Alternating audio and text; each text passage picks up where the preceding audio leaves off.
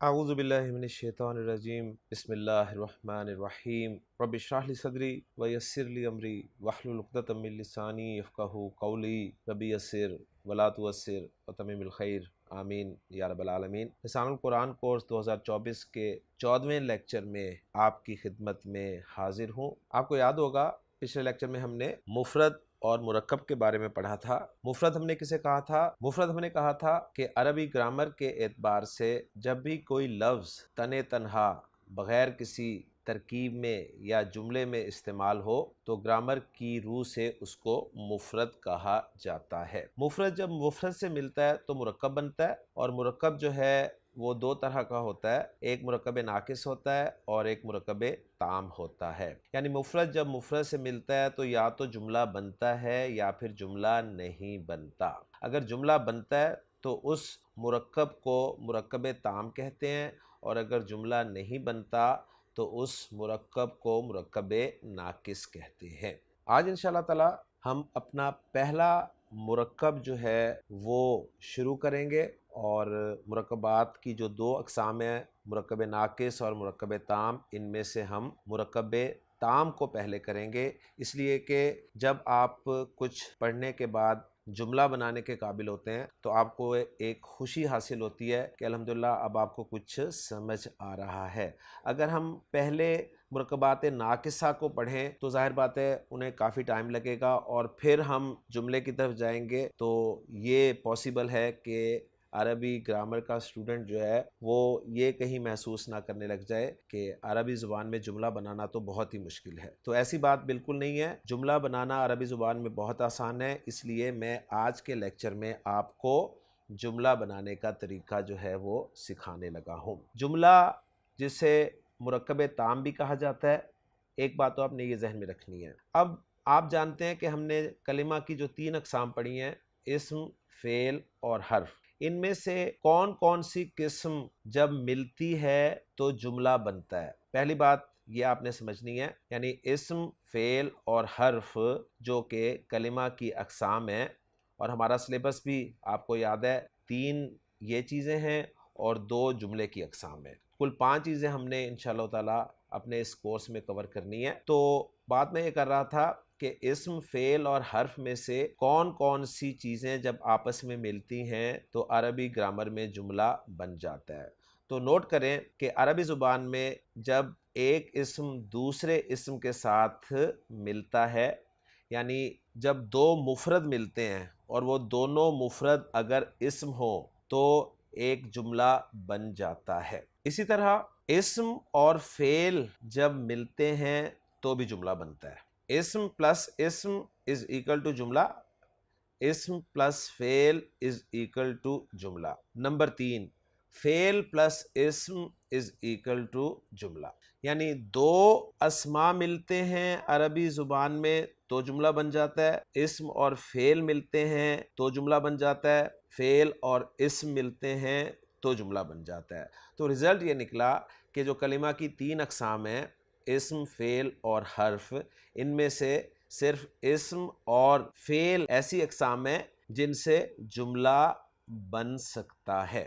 اب مزید میں آپ کو تھوڑا سا بتا دوں کہ اسم جب اسم سے ملتا ہے تو جملہ اسمیہ بنتا ہے، اسم جب فعل سے ملتا ہے تو بھی جملہ اسمیہ بنتا ہے، لیکن جب فعل اسم سے ملتا ہے تو پھر جملہ اسمیہ نہیں بلکہ جملہ فعلیہ بنتا ہے۔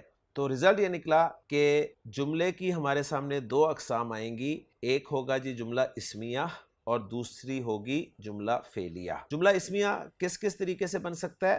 جملہ اسمیہ بن سکتا ہے جب آپ اسم کو اسم کے ساتھ ملا دیں، یعنی 2 مفرد ہوں آپ کے اور وہ دونوں مفرد اسم ہوں تو آپ کا جملہ اسمیہ بن جاتا ہے، اور یہ عربی زبان کی ہی خصوصیت ہے، خوبصورتی ہے کہ صرف 2 اسما آپس میں ایک خاص طریقے سے ملتے ہیں تو ایک جملہ بن جاتا ہے۔ پھر اس کے بعد اسم اور فعل جب ملتے ہیں تو بھی جملہ اسمیہ بنتا ہے، یعنی 2 مفرد ہیں جس میں ایک مفرد اسم ہے، ایک مفرد فعل ہے، یہ جب دونوں ملیں گے تو بھی جملہ اسمیہ بنے گا۔ لیکن جب فعل اور اسم ملتے ہیں، یعنی 2 مفرد میں پہلا مفرد فعل ہو اور دوسرا مفرد اسم ہو تو اب بھی جملہ تو بنے گا، لیکن وہ جملہ اسمیہ نہیں بنے گا بلکہ جملہ فعلیہ بنے گا۔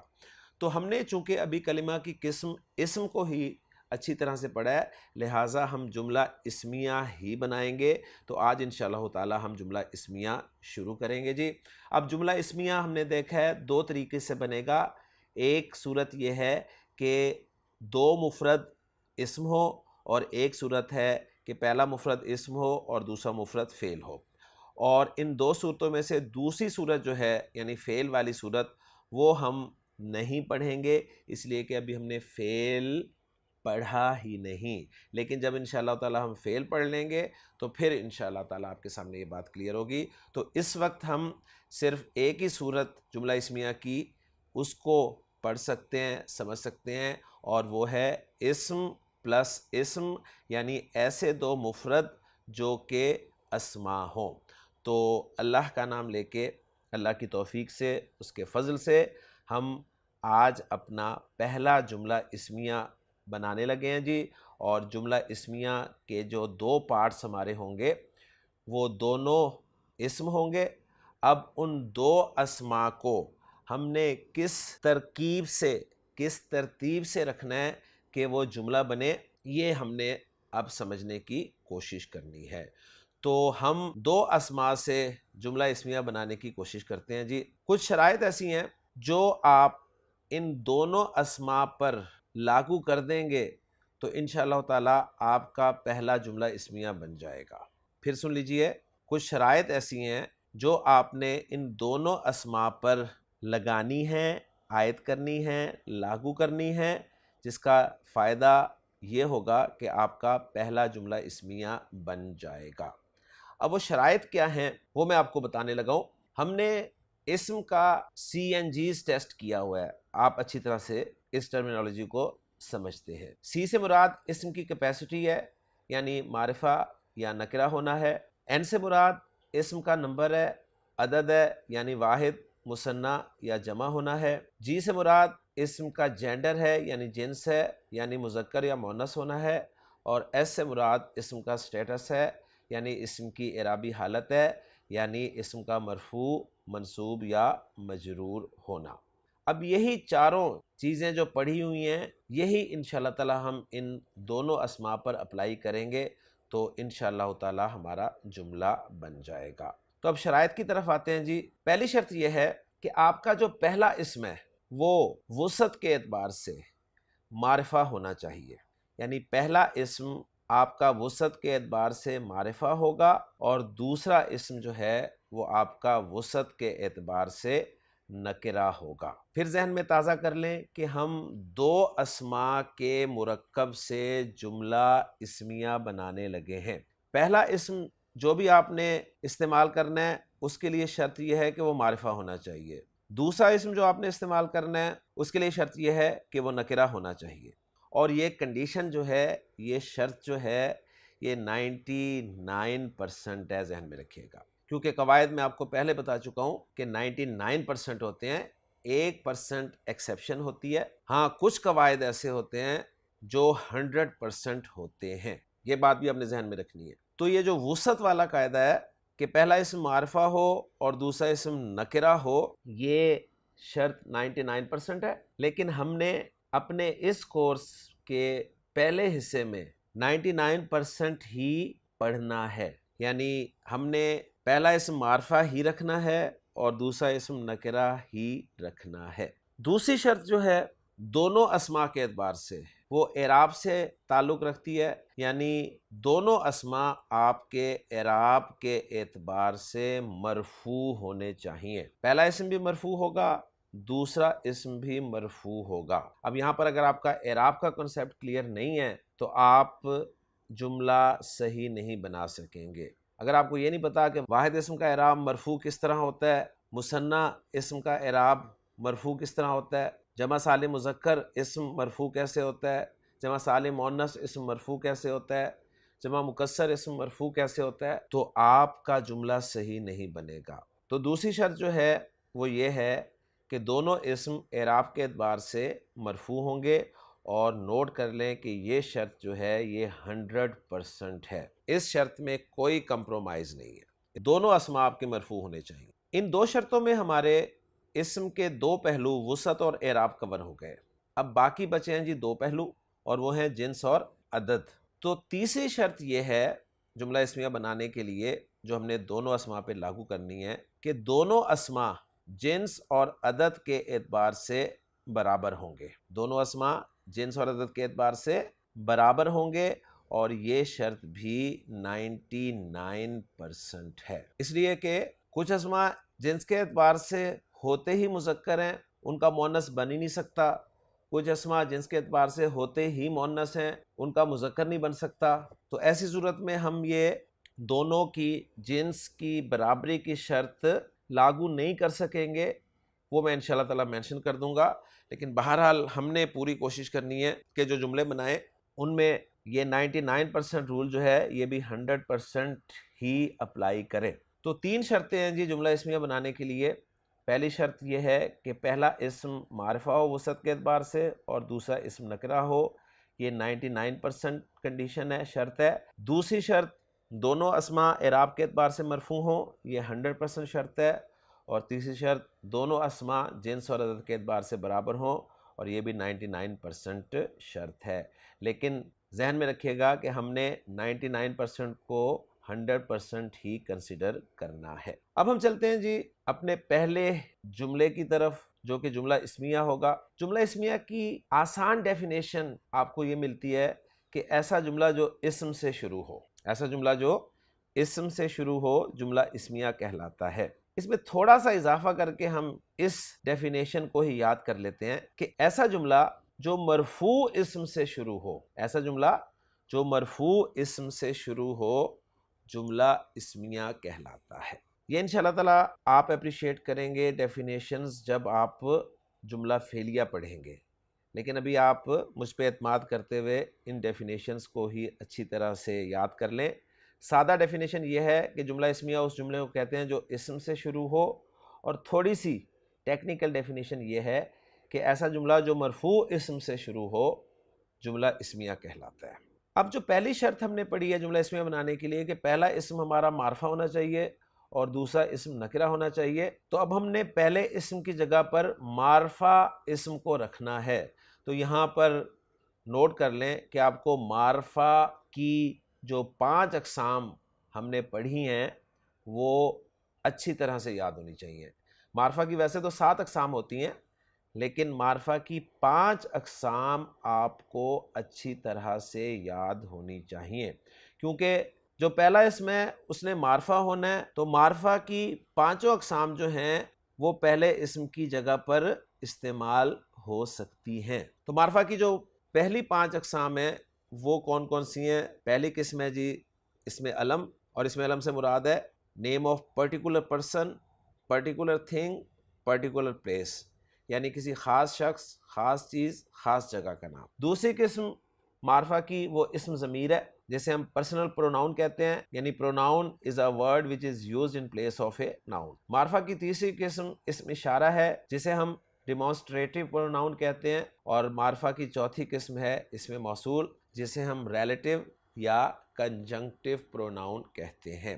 اور معرفہ کی 5ویں اور آخری قسم جو ہم نے پڑھی ہے وہ ہے معرف باللام، یعنی وہ اسم جس کے شروع میں الف لام داخل ہوا ہو، یعنی لام تعریف کے ذریعے سے معرفہ بنایا ہوا اسم۔ اب جو معرفہ کی یہ 5 اقسام ہیں ان میں پہلی قسم ہے اسم علم، تو ہم پہلا جملہ اسم علم کو پہلے اسم کی جگہ پر رکھ کر انشاءاللہ تعالی بنائیں گے۔ تو اسم علم بہت سارے ہیں، لیکن ہم جو پہلا جملہ بنائیں گے وہ ہم اسم علم زید کو رکھ کر بنائیں گے۔ تو زید اسم علم ہے، معرفہ ہے، تو پہلی شرط پوری ہو گئی کہ پہلا اسم معرفہ ہونا چاہیے۔ اب میں پہلے اسم پہ شرائط جو ہیں وہ لاگو کر دیتا ہوں، پھر دوسرے اسم کی طرف آتا ہوں۔ دوسری شرط جو ہے وہ یہ ہے کہ پہلا اسم ہمارا مرفوع ہونا چاہیے۔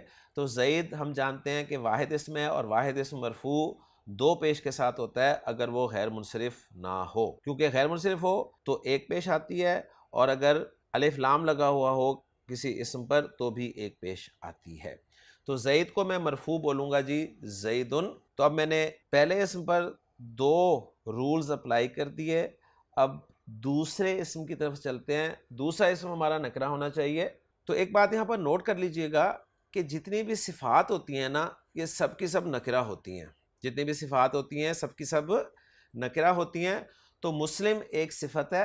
مسلم صفت کو میں دوسرے اسم کی جگہ پر رکھ رہا ہوں. تو دوسرے اسم پہ جو پہلی شرط تھی نکرہ ہونے کی وہ لاگو ہو گئی. اب دوسرے اسم پر دوسری شرط میں لاگو کر رہا ہوں کہ دوسرا اسم مرفوع ہونا چاہیے. تو مسلم چونکہ واحد ہے اور واحد اسم مرفوع ہوتا ہے 2 پیش کے ساتھ، اگر غیر منصرف نہ ہو، اگر اس پہ الف لام نہ لگا ہو تو مسلم مرفوع ہوگا جی مسلمن. تو دوسرے اسم پہ بھی ہم نے دونوں شرطیں اپلائی کر دیں. اب وہ جو تیسری شرط ہے کہ دونوں اسماء جنس اور عدد کے اعتبار سے برابر ہونے چاہیے. تو نوٹ کریں دونوں اسماء جنس اور عدد کے اعتبار سے برابر ہیں، یعنی زید بھی مذکر ہے مسلم بھی مذکر ہے، زید بھی واحد ہے مسلم بھی واحد ہے. تو یہ ہم نے تینوں شرائط جب اپلائی کر دیں تو ہمارا جو پہلا جملہ بنا وہ بنا جی زیدن مسلمن.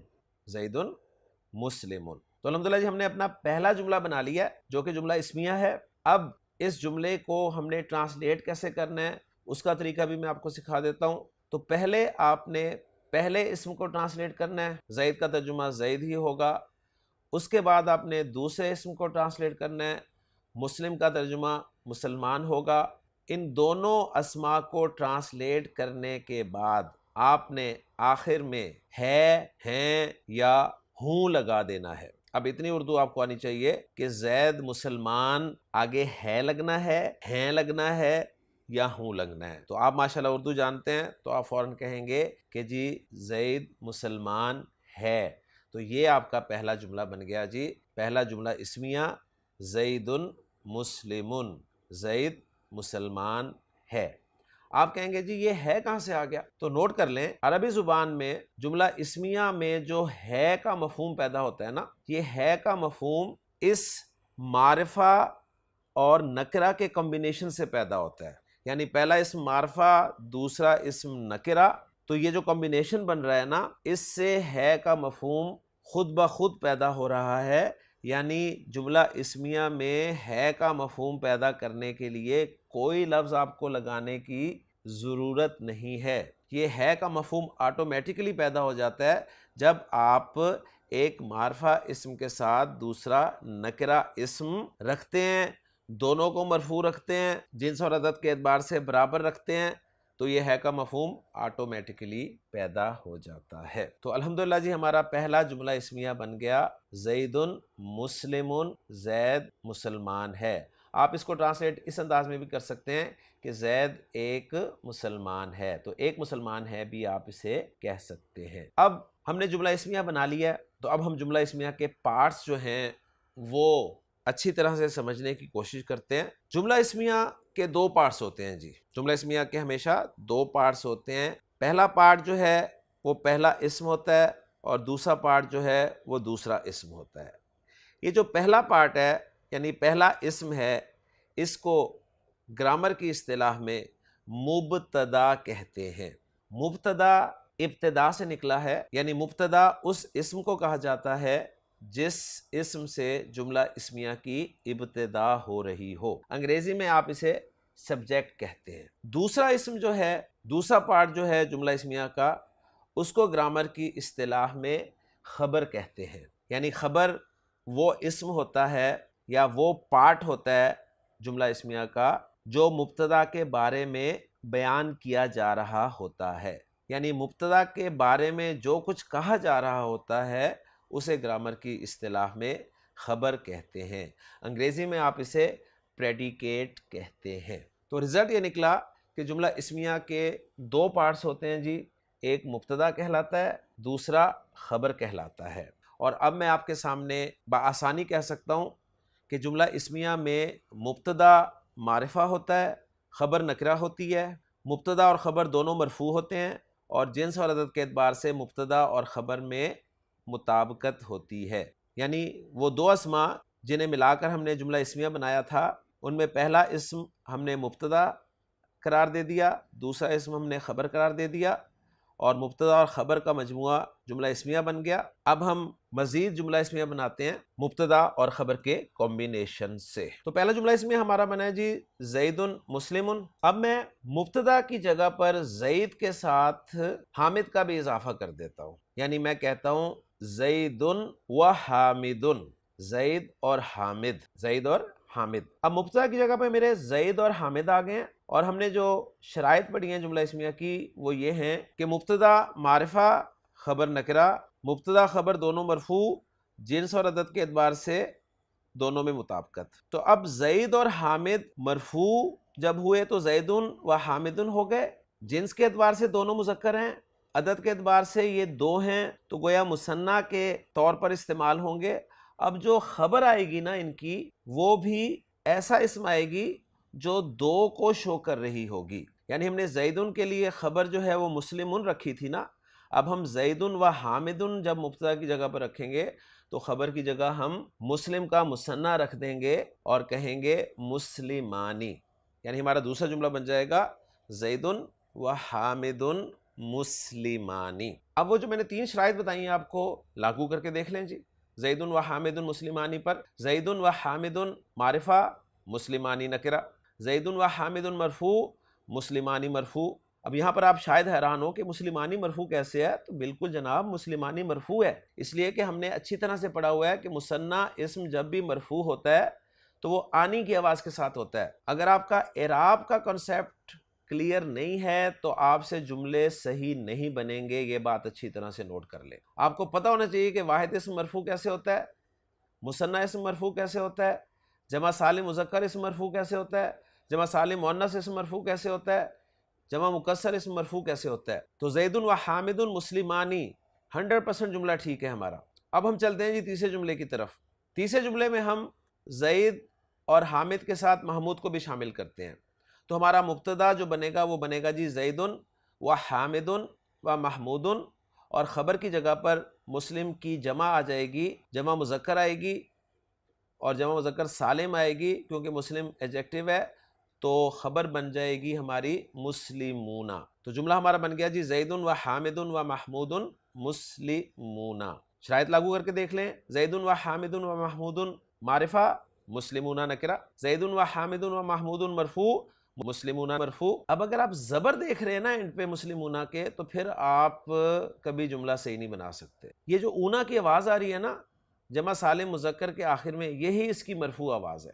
تو الحمدللہ یہ تین جملے ہمارے بن گئے۔ اب ہم مبتدا کی جگہ پر مؤنث رکھتے ہیں، اور مؤنث لفظ ہے جی ہمارا مریم۔ تو مریم ہم جب مبتدا کی جگہ پر رکھیں گے تو ہم کہیں گے جی مریم۔ اب آپ کہیں گے جی مریم کیوں کہیں گے، مریم کیوں نہیں کہیں گے، تو اس کا مطلب ہے آپ کو غیر منصرف والا ٹاپک یاد نہیں ہے۔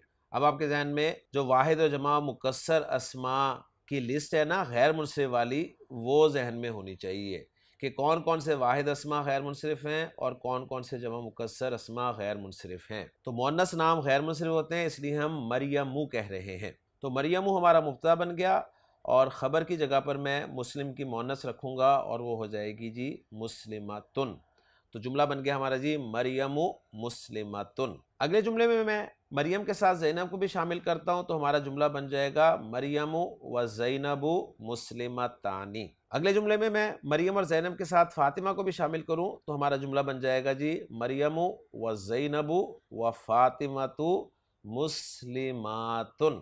اگر آپ ان 6 جملوں کے پیٹرن پر مختلف جملے پریکٹس کر لیں تو انشاءاللہ تعالی آپ کا جملہ اسمیہ کا کنسیپٹ جو ہے وہ 100% کلیئر ہو جائے گا۔ کس طرح؟ دیکھیں یہ جو ہم نے 6 جملے بولے ہیں کہ زیدن مسلمن، زیدن و حامدن مسلمانی، زیدن و حامدن و محمودن مسلمون، مریم مسلمتن، مریم و زینب مسلمتانی، مریم و زینب و فاطمۃ مسلماتن۔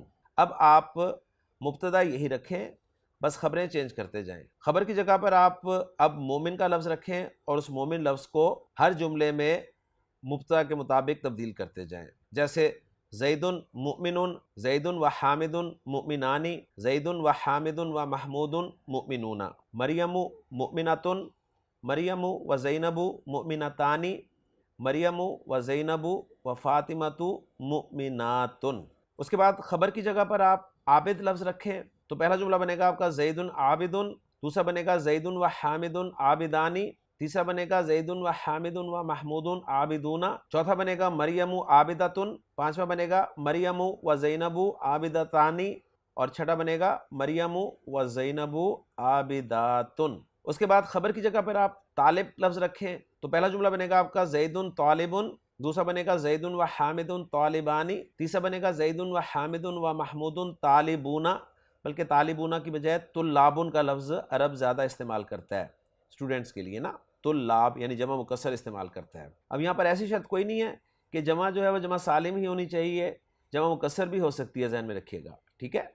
تو زید و حامد و محمود طلاب، مریم طالبۃ، مریم و زینب طالبتانی، مریم و زینب و فاطمۃ طالبات۔ خبر اور چینج کر رہا ہوں میں آپ کے سامنے، زید ولد، زید ایک لڑکا ہے، زید و حامد ولدانی۔ اب مثنی والے جملے اور جمع والے جملے اور مؤنث والے جملوں کو میں ٹرانسلیٹ نہیں کر رہا، وہ آپ نے کرنے ہیں خود۔ زید و حامد و محمود اولاد، ولد کی جمع اولاد آتی ہے۔ مریم بنت، مریم و زینب بنتانی، مریم و زینب و فاطمۃ بناتن۔ تو بنت واحد میں با کے نیچے زیر ہوتی ہے اور بنات جمع میں با کے اوپر زبر ہوتی ہے، یہ اچھی طرح آپ نے ذہن میں رکھنا ہے۔ اور جملے بناتے ہیں جی، زید رجل، زید و حامد رجلانی، زید و حامد و محمود رجال، مریم امرأۃ، مریم و زینب امرأتانی، مریم و زینب و فاطمۃ نساء۔ اسی طرح آپ مبتدا یہی رکھ کر بے شمار جملے خبر کی تبدیلی کے ساتھ بنا سکتے۔ تو الحمدللہ جی میں نے آج آپ کو عربی زبان میں پہلا جملہ بنانا سکھا دیا۔ مختصراً دہرا دیتا ہوں کہ عربی زبان میں جملہ دو اسماء کے مجموعے سے بھی بن جاتا ہے، جو کہ نہ اردو میں بنتا ہے نہ انگریزی میں بنتا ہے۔ دو اسماء کو ایک خاص ترکیب سے رکھا جاتا ہے، پہلا اسم معرفہ ہو، دوسرا نکرہ ہو، دونوں مرفوع ہوں اور جنس اور عدد کے اعتبار سے دونوں برابر ہوں، تو عربی زبان میں جملہ اسمیہ بن جاتا ہے۔ پہلے اسم کو گرامر کی اصطلاح میں مبتدا سبجیکٹ کہتے ہیں اور دوسرے اسم کو گرامر کی اصطلاح میں خبر پریڈیکیٹ کہتے ہیں۔ شرائط اگر آپ کو جملہ اسمیہ کے دونوں پارٹس کی اچھی طرح سے یاد رہیں گی تو انشاءاللہ تعالی آپ کا جملہ کبھی بھی غلط نہیں ہوگا۔ جملہ اسمیہ ابھی ہمارا جاری ہے اور ایک عرصے تک جاری رہے گا، تو انشاءاللہ تعالی اگلے لیکچر میں جملہ اسمیہ کا سبق ہی دوبارہ لے کر آپ کی خدمت میں حاضر ہوں گا۔ اجازت دیجیے۔ سبحانک اللہم و بحمدک، اشہد ان لا الہ الا انت، استغفرک و اتوب الیک۔